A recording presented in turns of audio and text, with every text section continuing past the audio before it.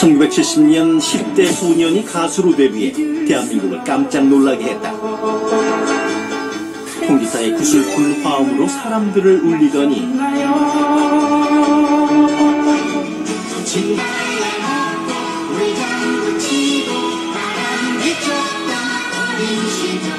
노래 한 곡으로 사람들 모두 동심의 세계에 퐁당 빠뜨린 가수 이용복이었다. 진달래 먹고 물장구 치고 어린 시절, 이것은 어린이서부터 다 좋아했기 때문에 그 노래가 워낙 많은 분들에게 저의 이미지를 각인시켰어요. 이용복 씨 노래는 다 좋아하죠. 줄리아 같은 경우는 뭐 저만 좋아하겠어요. 마음은 집시라든지 1943년 3월4일생 이런 노래들. 줄리아, 사이 모닥불, 그 얼굴에 햇살을 등 70년대 대한민국 가요계를 점령한 대한민국 최초 시각장애 가수 이용복을 만난다.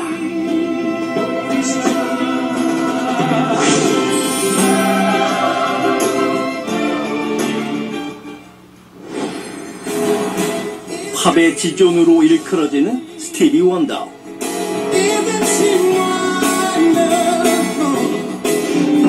애조띤 목소리의 천재 뮤지션 호세 펠리치아노,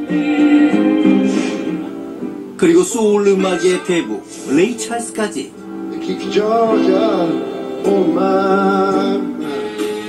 이 가수들에게는 공통점이 하나 있었으니 바로 장애를 극복하고 사람들에게 남다른 울림을 주는 가수들이라는가. 그런데 한국에도 이들과 어깨를 나란히 한 가수가 있었으니 바로 이용복이었다. 외국에도 저 같은 시각장애인 가수들이 많지 않습니까? 근데 그때 당시에는 레이 찰스가 이 시각장애인 가수 중에서 제일 유명했었습니다. 시각장애인 가수라는 거 하나만 해도 레이 찰스의 이미지를 풍겼다는 거죠. 그는 가요계에 나타나자마자 일약 스타덤에 올랐다. 1971년, 73년 연이어 10대 인기가수상을 받는가 하면 신체의 불우함을 딛고 인기가수로 성장한 그의 일대기가 어머니 왜 나를 낳으셨나요? 라는 다큐 영화로 탄생하기도 했는데, 심지어 74년 만들어진 또 한편의 자전 다큐 영화 이용복의 어린 시절은 이용복이 직접 연기에 나서 화제가 됐다. 이용복 선생님을 소재로 영화가 벌써 몇 편이나 이제 제작이 되는 게 그 시대에 처음 등장한 시각장애인 가수에 대한 당대 대중의 어떤 호기심, 이런 거를 이제 증명해주는 이제 증거죠, 보면. 이미 이제 그 이용복 씨가 맹인이라는 얘기는 이제 들었고, 무슨 맹인이 기타를 치면서 노래를 하는데, 정말, 충격을 받았죠. 엄청 충격을 받고, 그냥 어린 마음에는 그냥 어떤 그 영웅 같은 느낌이었어요. 그러나 호기심을 자극했던 그의 장애는 사실 그가 인기를 얻기 전까지 가장 큰 벽이기도 했다.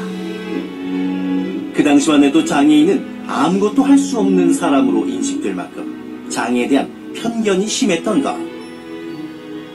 호기심은 있지만은 아침에 장사하는 사람들도, 그리고 이 시각장애인을 보면은 하루 종일 뭐 재수가 없다라든가 이런 좀 시각장애인들에 대한 편견이 있었단 말이에요. 장애인에 대한 시선이 상당히 거리감이 있었어요. 눈의 장애가 있다고 하면 시각장애만 있는 것이 아니라 정신적인 장애도 있다고 그렇게 인식할 때였었으니까. 그렇다 보니 시각장애인 대부분이 안마사로 취업할 정도로 시각장애인이 활동할 수 있는 영역은 퍽이나 좁았다. 그러나 이용복의 가슴 속엔 포기하지 못한 꿈이 자라고 있었으니. 눈을 다치고 난 다음에 아이들이 잘 놀아주질 않더라고요. 그래서 이제 라디오를 벗을 삼다 보니까 그때서부터 나도 노래하는 사람이 됐으면 좋겠다.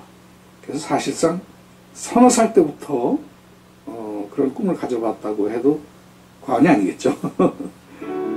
어린 시절 라디오를 통해 가수의 꿈을 키우기 시작한 이용복은 학교 친구들과 음악 밴드를 만들고 보컬로 활동하는 등 노래 공부에 매달렸다. 그리고 머지않아 기회는 예고 없이 찾아왔다.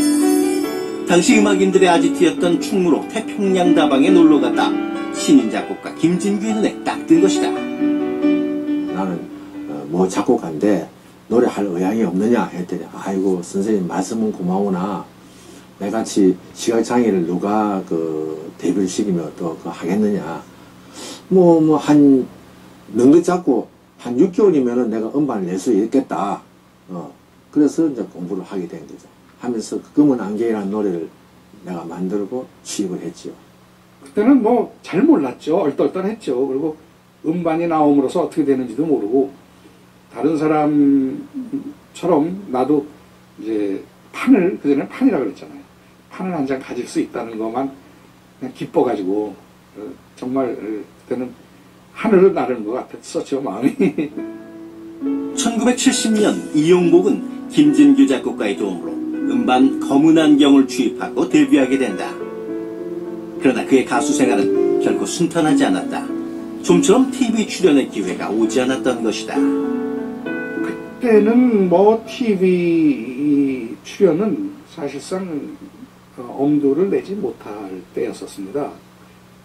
하다못해 아침에 택시를 타도 저 같은 시각장애인들은 택시를 잘 안 태우는 그런 시대였기 때문에 장애인들과 또 장애인 아닌 분들, 정상인 분들하고 어깨를 나란히 사회생활을 하기 위해서는 노력하고 그리고 이 장애를 뛰어넘어야 한다는 그런 강력한 의지 같은 게 있었습니다. 그러나 방송 출연 없이도 그의 노래가 폭발적인 반응을 얻기 시작한다. 그는 특히 번안곡을 많이 불렀는데 당시 최고의 인기를 모았던 세계적인 가요제 이탈리아 산레모 가요제 1위곡이었던 가수 나다의 마음의 집시를 번안해 부른 것을 시작으로 끝없이 방황하는 이 마음에 주어요 참된 사랑 73년 빌보드 차트 1위에 올랐던 클린트 홈스의 내 마음속의 운동장을 번안한 이용복의 어린 시절 등 그가 부른 번안곡들의 인기가 대단했던 것이다.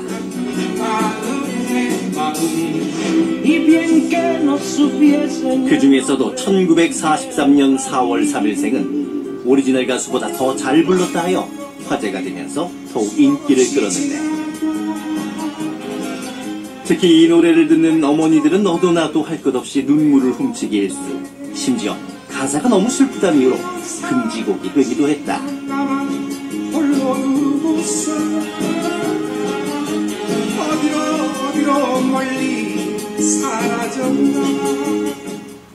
그 노래가 너무 애처롭게 피부에 딱 와 닿은 거예요. 그래서 노래 색깔로 가지고 우리는 많이 한다. 그 노래 색깔이 너무 애절하고 그런 목소리가 그 당시에는 없었어요. 우리나라 사람들은 어머니 하면 왠지 그도 한의 정서잖아요. 계속 역사 자체가 어머니 하면 다 뭉클하고 다 이런 게 있으니까 그런 게 또 많은 사람들한테 어필되고 희망을 주는 하나의 메시지였던 거죠. 그리고 그의 인기를 든든하게 지탱해준 또 한 곡 남녀노소 막론하고 해맑은 동심의 세계로 푹 빠지게 하던 어린 시절이다.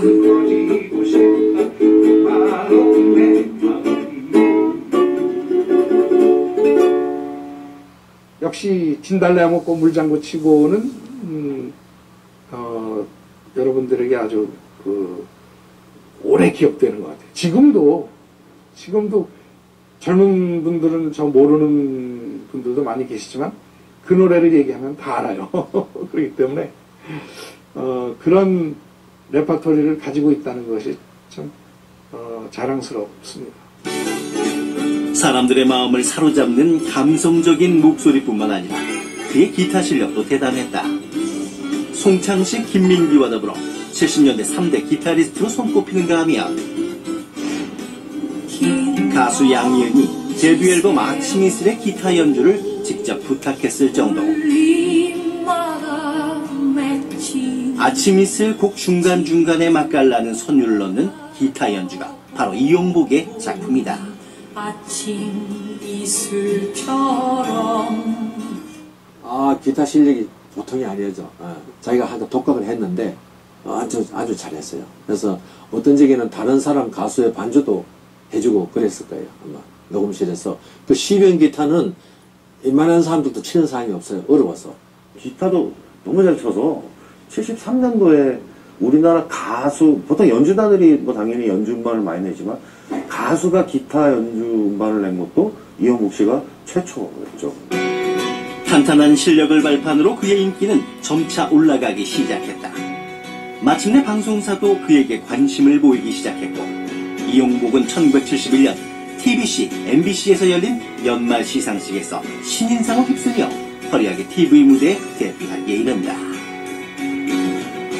본인이 정말 대단한 노력, 목숨을 걸고 음악을 했다 그러니까. 그래서 탁월한 또 연주력, 또 편곡 능력, 혼자서 원맨 밴드를 할 정도로 그 모든 음악적 그 재능을 다 보유한 멀티플 플레이어이고, 단순히 그냥 호기심의 대상으로만 보였던 분이 실력이 출중하고 노래를 또 기가 막히게 잘하니까 뭐 이제 인기를 많이 얻으시게 된 거죠. 이렇게 인기를 끈 이유는 의외로 그의 외모도 한몫을 했다. 흑백 TV 시절이라 그런지 그의 선글라스는 세련미를, 그의 하얗고 가냘픈 몸매는 여성들의 보호 본능을 자극했다.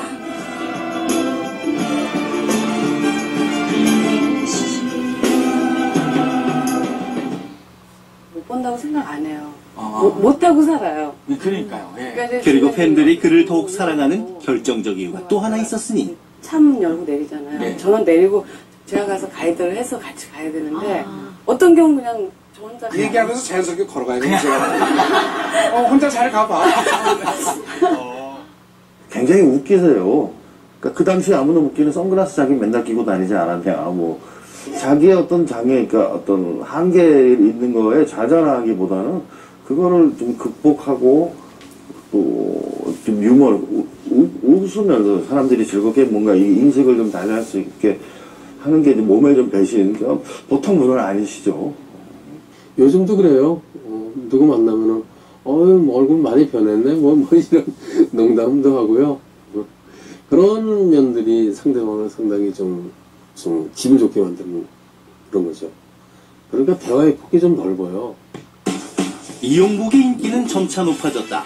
당시 최고의 음반사 오아시스가 웬만한 집 한 채 값과 맞먹었던 전속금 100만 원의 파격적인 조건으로 그를 스카우트했고, 이용복은 오아시스 소속 가수였던 조용필, 투코리안스와 어깨를 나란히 하는가 싶더니 메이저 레코드사의 탄탄한 지원을 바탕으로 친구, 사랑의 모닥불 등 주옥 같은 곡들을 발표, 가요 차트 정상에 오르는 등 히트 퍼레이드를 쭉 이어나갔다.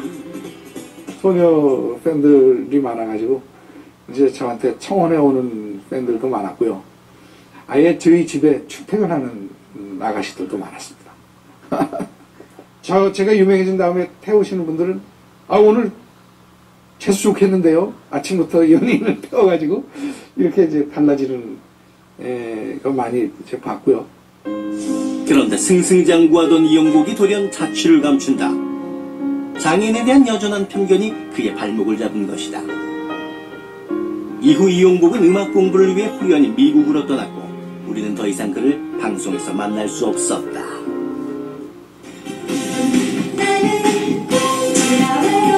미국에서 돌아온 이후에도 이용복은 음반 녹음실을 운영하며 봉주는 외로워, 그냥 걸었어, 론리 나이트, 헤이유 등 유수한 히트곡들의 녹음 작업에 참가했지만 그의 노래를 들을 수는 없었는데, 그러던 어느 날 반가운 소식이 들려온다. 검은 안경을 쓴 채 통기타를 튕기며 노래하던 시각장애 가수 이용복 씨를 기억하십니까? 호소력 짙은 목소리와 특유의 넉살로 70년대를 풍미했던 이용복 씨가 30년 만에 단독 콘서트를 가졌습니다. 30년 만에 다시 팬들 곁으로 돌아온 이용복은 2003년 있는 모습 그대로, 2010년 바람 부는 날, 그리고 2011년에는 막걸리 추억이라는 신곡을 발표하며 끊임없이 음악을 통해 팬들과의 소통을 이어가기 시작했고, 어느덧 데뷔 45주년을 맞는 중견 가수가 되었다. 구비구비 돌아서 그는 여전히 그의 노래를 기다리는 팬들을 위해 매일 잊지 않고 연습을 한다는데, 시간이 지나도 수많은 팬들이 여전히 그의 노래를 추억하고 기다리는 이유는 과연 무엇일까? 행복의 꽃구름도 둥실둥실 춤춘다. 일반 장애인들의 어떤 그 꿈과 뭐 희망이라고 할까요? 그런 면을 통해서 분명히 그런 꿈과 희망을 실어준 가수였고요. 시각장애인은 그런 분위기를 글쎄요, 뭐 완전히 극복을 하고서 일반인과 똑같은 어떤 뮤지션 그런 분위기가 그런 캐릭터가 있기 때문에 이용복 씨를 우리는 많이 지금 더 기대를 하지 않나 그런 생각을 합니다. 눈을 못 보게 된 것은 무슨 이유가 있었던 것이 아닌가.